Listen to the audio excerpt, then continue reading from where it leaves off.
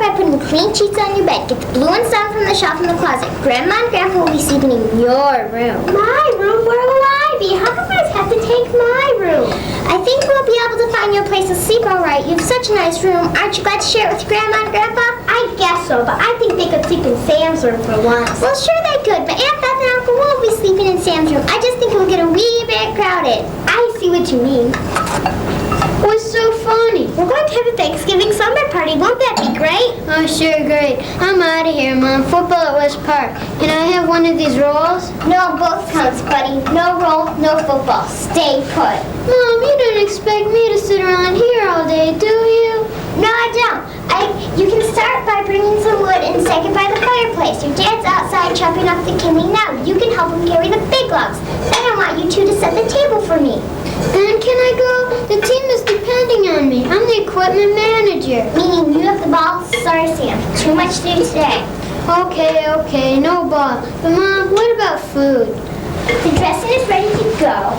The cranberry relish is in the fridge. The giblets are simmering. I'll do the yams now. I'll put the turkey in about 2 o'clock. Aunt Beth is bringing pies.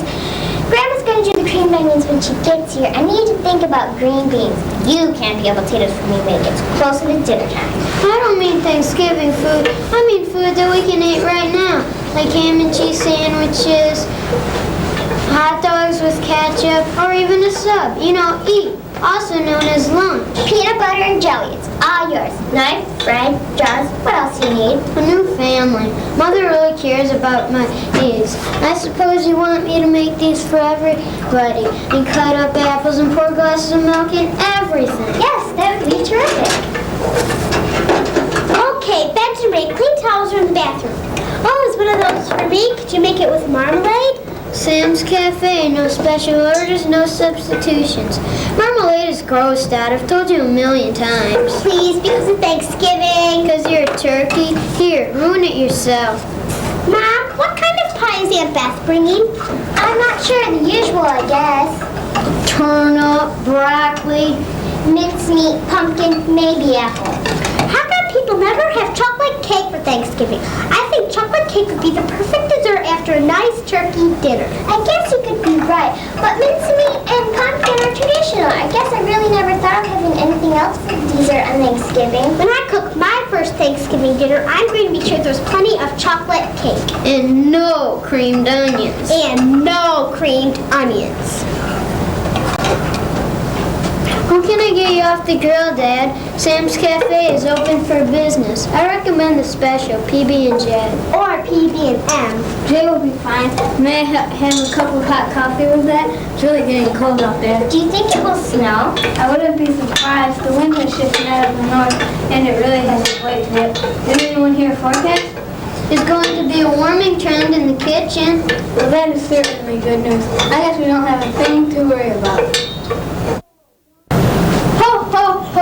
Long holiday, Grandpa. By golly, is it still Thanksgiving? It took us so long to get here, I thought for sure it'd be Christmas by now. There you are. I thought you'd gotten lost. We thought so too. This is no day for traveling. Welcome, welcome. Beth and Will should be here anytime. Was it snowing over the pass? Rain, hail, snow, sleet, traffic, slippery roads.